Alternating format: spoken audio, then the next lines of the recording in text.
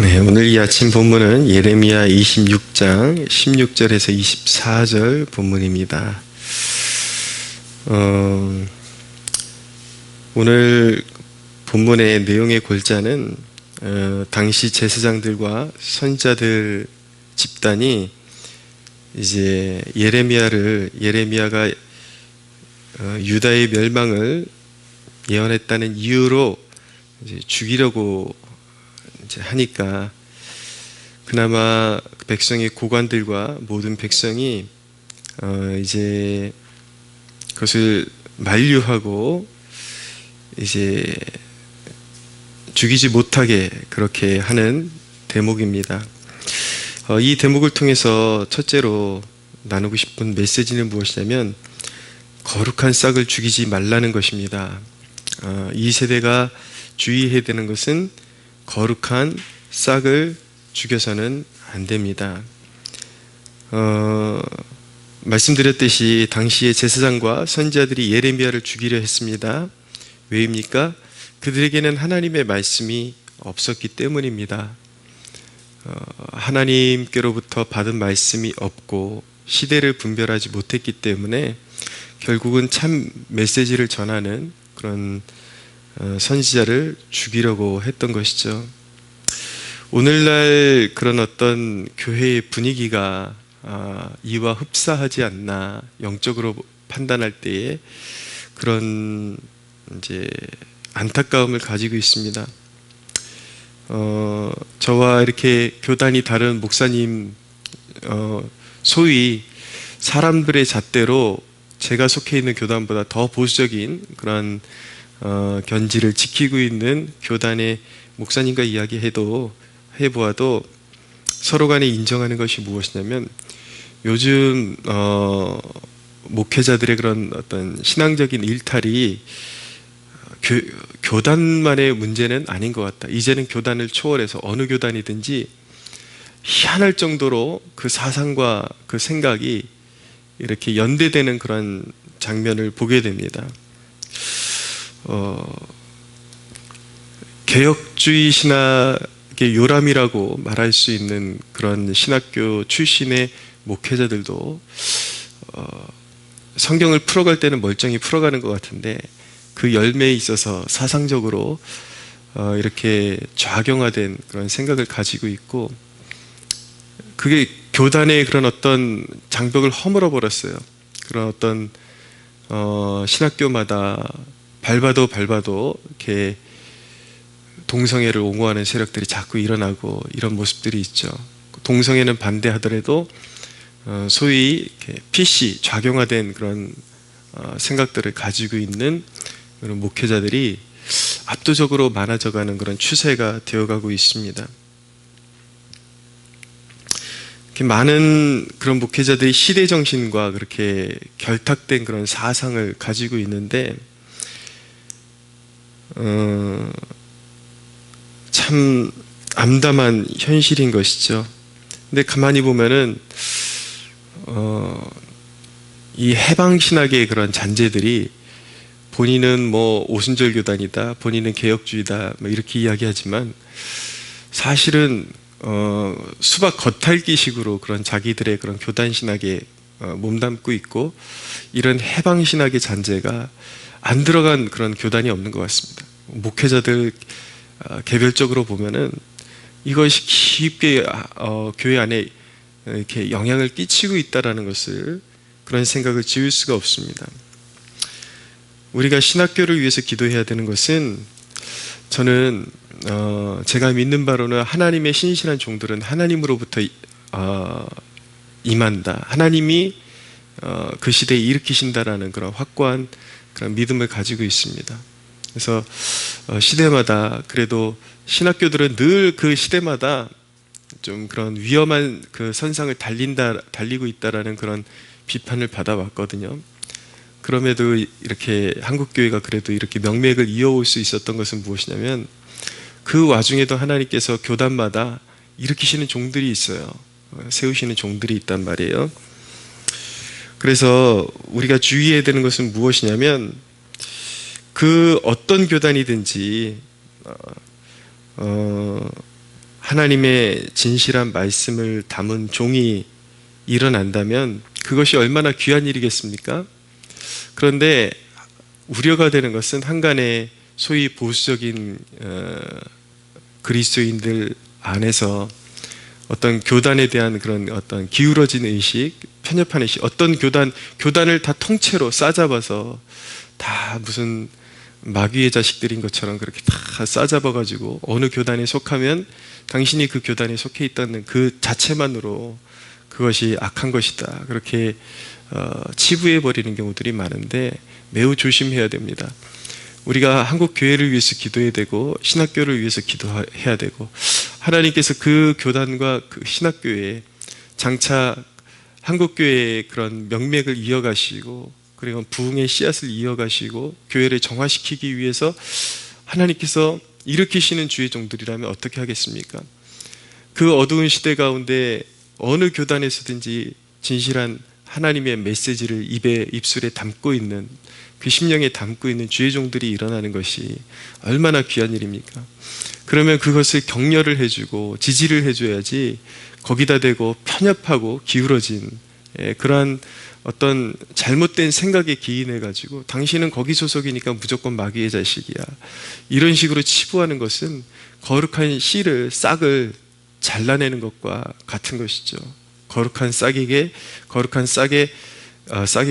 심한 상처를 주고 모욕감을 주는 것, 그것 하나님이 기뻐하시는 일 아닙니다. 그래서 우리가 이 시대에 정말 한국교회에 그런 새로운 세대가 일어나기를 간절히 소원하고 그것이 주의 종들이 일어나는 것과 밀접한 관계가 있거든요.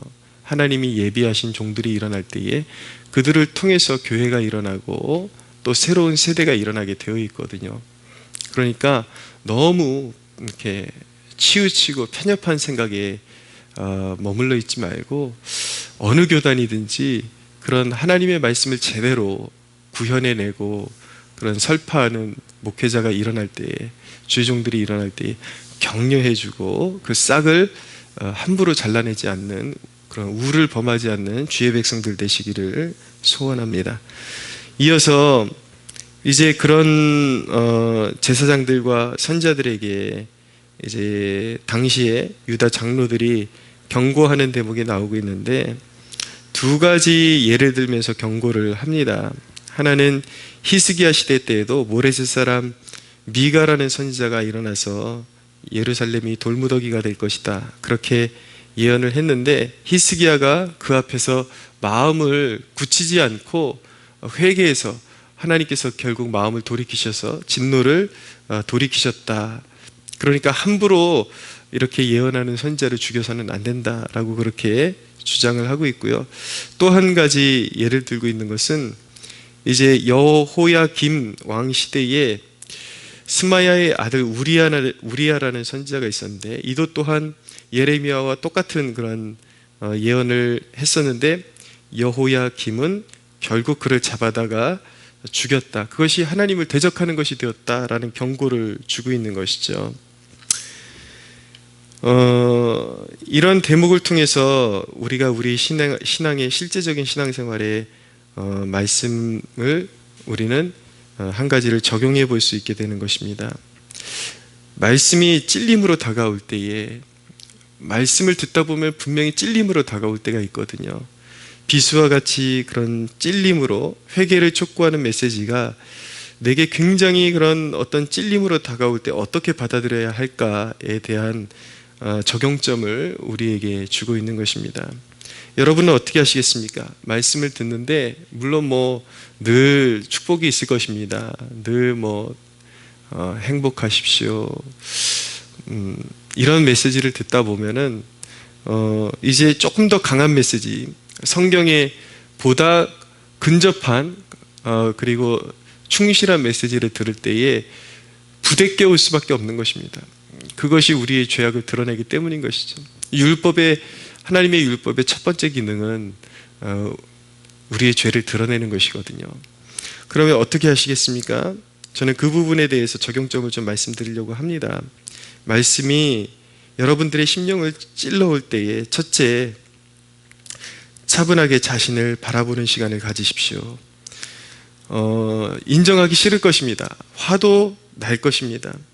말씀이 이렇게 확 부딪혀 올 때에 인정하기 싫어지는 것이죠. 그리고 소위 내가 까임을 받는 것 같은 그런 모욕적인 느낌을 받기도 합니다. 그러나 그렇게 화가 나고 인정하기 싫을 때에 무조건 부정하려고 하기보다 하나님의 말씀이라는 것은 수술 칼과 같은 것이거든요. 찌르지만 그 목적이 찔러서 죽이는 데 있지 않습니다. 하나님의 말씀의 예리함은 하나님의 말씀이 좌우의 날선검과 같다라고 말씀하실 때에 그 예리함은 사람을 찔러서 그 죄악은 도려내고 살리고 정말 더 좋은 하나님의 백성으로 빚어내시기 위한 하나님의 치유의 과정이라는 것을 우리가 깨달아야 되는 것입니다. 그 말씀을 허락하신 하나님의 의도를 깨달아야 된다는 것이죠. 예수님이 말씀하실 때 하나님 아버지께서 좋은 열매 맺게 하기 위해서 먼저 포도나무의 가지를 쳐내신다라고 말씀하고 있는데, 우리에게 그런 예리한 말씀을 허락하셔서 죄를 돌아보게 하시고 깨닫게 하시고 죄를 버리게 하심은 우리로 하여금 더 좋은 열매 맺게 하시기 위한 하나님의 거룩한 가지치기라고 말씀드릴 수가 있는 것입니다. 그러니까 하나님께서 잘라내기를 원하시는 부분은 잘라내야지 우리에게 복이 되는 것이죠. 두 번째로, 이제 내가 그 말씀을 깊이 그 앞에 서서, 찔림이 되는 말씀 앞에 서서 내 자신을 돌아볼 때에 그 죄악이 인정이 됐어요. 그 인정이 이루어졌을 때 어떻게 해야 되는가? 거기서 그쳐서는 안 되고 깊은 회개의 기도를 드리십시오. 이것이 바로 히스기야의 모범이었습니다. 19절에 보니까 모레스 사람 미가의 경고를 듣고 히스기야가 어떻게 반응했는가? 유다의 왕 히스기야와 모든 유다가 그를 죽였느냐? 히스기야가 여호와를 두려워했대요. 그리고 여호와께 간구하매 여호와께서 그들에게 선언한 재앙에 대하여 뜻을 돌이키셨다라고 말씀하고 있습니다. 이것이 바로 히스기야의 모범이라는 것이죠. 찔림이 왔을 때에 그것을 회피한 것이 아니라 직면하고 먼저 그것이 인정이 되었을 때에 하나님 앞에 깊은 회개의 무릎으로 나아갔다라는 것입니다. 그가 진정 통회하는 마음으로 하나님 앞에 나아갔을 때 하나님께서 유다를 향해서 완전히 멸하기로 작정하신 그 뜻을 하나님께서 돌이키셨다라는 것을 보여주고 있는 것입니다. 세 번째로, 찔림에 대한 가장 안 좋은 태도가 무엇이냐면 찔림을 회피하기 위해서 공격적인 태도를 취하는 것입니다. 이것은 최악입니다. 최악. 자기 영혼에게 시원할 수 있을지는 몰라요. 그 죄인의 특징이 무엇이냐면 자기의 죄를 정당화시키기 위해서는 자기의 죄를 드러내주는 그 대상에 대해서 공격적인 태도를 갖는 것입니다. 그래야 자기가 정당화될 수 있거든요.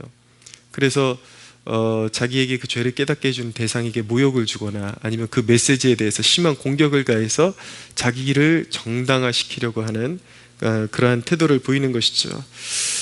그것이 바로 스데반을 죽인 사람들의 반응이었죠. 스데반이 정말 성령의 감동에 의해서 백성들에게 경고의 메시지 그리고 회개의 메시지를 전했을 때 그들은 회개하지 않았습니다. 심히 격분했고 마음의 그 찔림 가운데 이를 갈았다라고 말씀하고 있습니다. 그래서 그 이를 갈다가 결국은 돌을 들어서 스데반을 죽이게 되죠. 이러한 일들이 우리가 실제적으로 그런 메시지를 선포하는 대상에 대해서 죽이지는 않는다 할지라도 마음으로는 얼마든지 살인할 수 있다는 것입니다. 그리고 자기의 죄를 정당화시키기 위해서 심히 공격하고 그리고 그 진리 자체를 부정해버리는, 그 진리 자체를 부정해버린다면 그 영혼이 살 길이 어디에 있겠습니까? 간혹 자기에게 부딪히는 말씀이 올 때에 아예 교회를 옮겨버리는 사람들이 있는데, 그가 하나님을 진정으로 믿는 사람들이라면 그가 교회를 옮긴다 그래서 그 문제가 해결될까요? 죄를 안고서 자리만 옮기는 것인데 하나님의 진노는 그의 머리 위에 머물러 있고 따라다니는 것입니다. 그 죄를 해결함 받지 않고는 하나님의 진노에서 벗어날 길이 없는 것이죠. 여러분, 하나님 앞에서 완고한 마음을 버리십시오. 회개의 마음을 소유하십시오. 예전에 제가 어느 교회 청년부에 부임을 했는데 가장 문제가 되는 청년들이 바로 그 교회의 장로, 권사님들 자식이었어요. 예배 때 가장 좋지 않은 태도를 취하고 예배 내내 자고 일어나가지고 하는 말이 예배가 왜 이렇게 기냐, 오늘 찬양이 왜 이렇게 기냐, 오늘 설교는 왜 이렇게 기냐, 우리 힘들다. 그 청년들의 그런 분위기를 가장 앞서서 그런 문제를 일으키고 교회 분위기를 파괴했던 그런 존재들이 바로 장로님 아들딸, 권사님 아들딸들이었는데 그 중에 가장 깐깐하기로 유명한 한 자매가 있었습니다. 근데 제가 이제 그 로마서의 한 소절을 설교하기로 돼 있었는데 설교문을 쭉 이렇게 작성하다 보니까 누구를 표적하지 않았음에도 불구하고 자연스럽게 그 자매가 떠오르는 거예요. 아, 이 메시지를 전하면 그 자매가 좀 걸림이 될 것 같은데 라는 그게 오죠. 왜냐하면 한 시야에 그 공동체가 다 드러나고 있는데 제가 한 명 한 명의 상태를 알고 있는데 이제 강해 설교를 하다 보면은 이 성경의 목차를 따라 설교하다 보면 어떤 내 취향에 따라서 그 본문을 뛰어넘을 수 있는 것이 아니라 그 본문을 그대로 설교해야 되는데 꼭 누구를 생각하지 않고 설교문을 준비했다 할지라도 설교문을 준비하고 그리고 이렇게 암기하는 과정 속에서 자연스럽게 떠오르는 사람이 있기 마련이에요. 아, 이 지체가 상처받으면 어떻게 할까? 의도하지 않았음에도 불구하고 걸릴 수밖에 없는 것이죠. 그 대목을 빼버린다라는 건 말도 안 되고, 그러니까 이제 주님 앞에 기도하면서 그렇게 말씀을 준비하고 강단에 설교를 했는데 아니나 다를까 예배를 마치고 나니까 그 자매가 제 가까이로 오는 겁니다. 그래서 좀 긴장을 했죠. 또 얼마나 왜냐하면 서스럼없이 이렇게 젊은 애들이 이렇게 목회자들에게도 막 자기 할 말을 다 하는 세대니까 긴장을 했죠. 근데 와서 이 자매가 하는 말이 목사님 오늘 참 은혜 받았습니다 그러는 거예요. 저는 장난치는 줄 알았어요. 그래서 비꼬는 말을 저렇게 하나? 그렇게 이제 생각을 했는데 정말 나중에 듣고 보니까 이 자매가 소그룹 할 때에 가가지고 오늘 목사님 말씀 듣다가 내가 이러한 내 잘못을 깨닫게 되었다. 내가 그동안 얼마나 이런 지체들 모임 안에서도 내가 입술로 잘못하고 얼마나 사기를 꺾고 그렇게 내가 늘 부정적으로 이야기했는지 오늘 알게 되었다 그러면서 사과를 하더라는 것입니다. 그래서 그 자매가 굉장히 이렇게 목회자들에게는 기피 대상이 될 수 있는 그런 자매였는데 점점 더 나은 모습을 갖추어가면서 서로 농담도 주고받고 이렇게 계속 조금 더 좋아지는 그런 모습들을 보일 수가 있었습니다. 얼마나 아름답습니까? 자기의 그 숨은 죄악을 인정하니까 그 앞에서 자기를 내려놓고 무너뜨리니까 더 나은 사람, 더 나은 하나님의 자녀로 빚어져가는 이 모습이 하나님이 진정으로 원하시는 모습 아니겠습니까? 말씀 앞에서 찔림이 있는 말씀 앞에서 여러분들의 마음을 닫으면 그만큼 완악한 존재로 오랜 시간을 보내야 한다라는 것을 의미하는 것이고, 아파도 회개하면 열매 맺는 더 좋은 하나님의 자녀, 치유가 있고 하나님의 축복을 맛보는 그런 하나님의 자녀가 되게 되는 것입니다. 오늘 하나님의 말씀 앞에서 이런 회개의 심령을 소유하고 하나님이 주시기를 원하시는 그런 아름다운 열매를 맺고 아름다운 향기를 바라는 그러한 복된 그리스도인으로 살아가시기를 말씀을 힘입어 예수님의 이름으로 축복합니다.